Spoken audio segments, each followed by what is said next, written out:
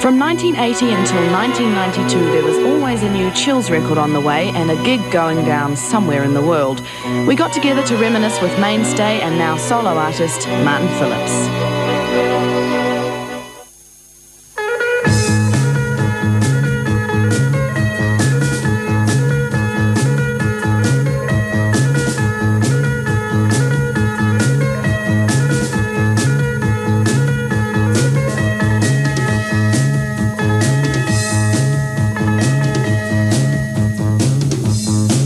Chills formed in 1980 as a kind of post-punk band by then, I guess. We were the remains of a band called The Same, which was my first punk band that I was in, from 78 till early 80.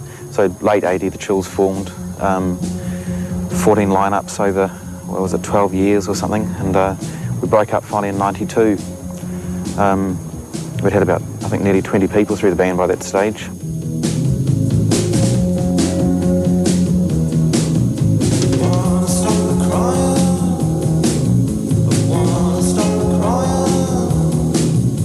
Some of the early stuff makes me cringe a little bit, but I'm not embarrassed about anything I've done, really. I mean, it was all, at least the intention was good, and, you know, our ethics and ideals were very intact, thanks to the, you know, the overbearing presence of people like Chris Knox and so forth, who would have killed us if we'd stepped out of line and tried to be, you know, commercially viable, I guess.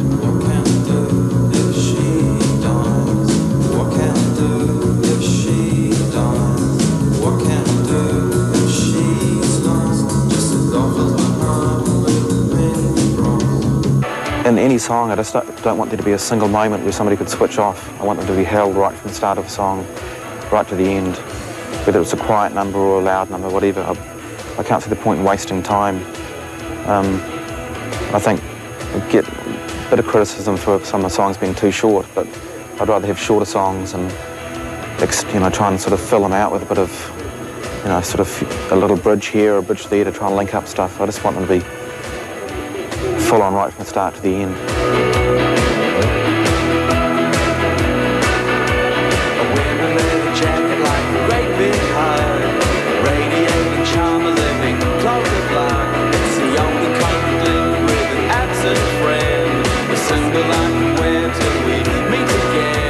All the producers I've worked with I've learnt an awful lot from, but I still haven't found the producer who really understands the kind of strange, you know, dare I say, somewhat mystical quality to some of the Chills music, as well as the sort of intensity and the rock side of it.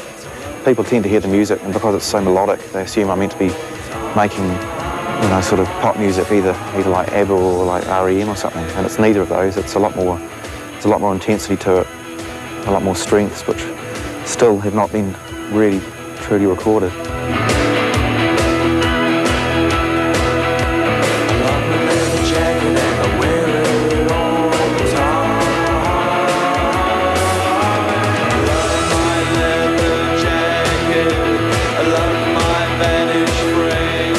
Each of the 14 lineups of the Chills interpreted the music differently in their own way, as a different group of people would.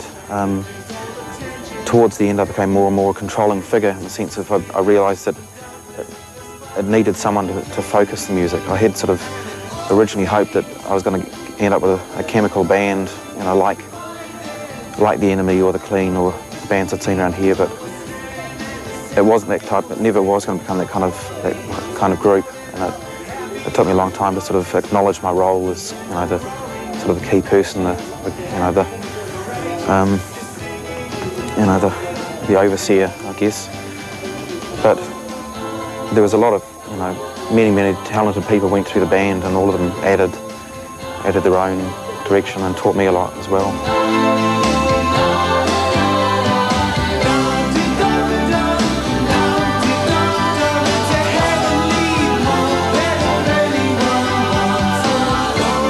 Ultimately, the best part of rock music is the live performance when it works. It's that connection between the audience.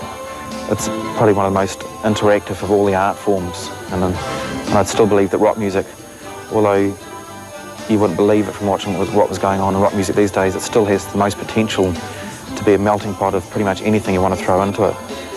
And it's just a real shame people are being so conservative now and just really sticking with the tried and true. I mean, I watch the sort of weekend morning rock shows very occasionally because it just makes me so sad, you know. I don't recognise that as being the same art form or sort of means of expression that I'm involved with myself. It just doesn't seem like these people are trying to do anything else than what other people have been doing for years and years already.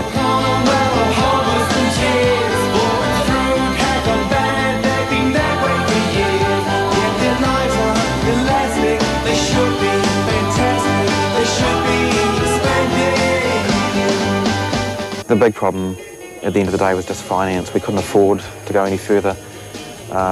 London Records, who have a label deal with Slash Records in the States, London Records weren't prepared to cover our expected loss for touring the UK and Europe. We couldn't afford to lose any more money, so it just ground to a halt. It all happened quite quickly over a period of about 2 weeks, and then it was just sort of over. And I guess like any relationship, sort of felt like running around bursting into tears or sort of jumping with joy with such a weight off my shoulders, but also an end to a long, long chapter in my life, really.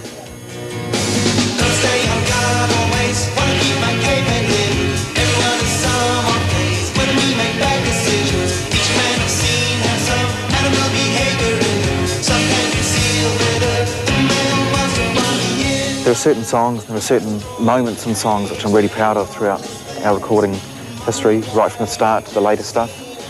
There are lots of, great moments, great memories. A lot of them would be on the European tours around '87.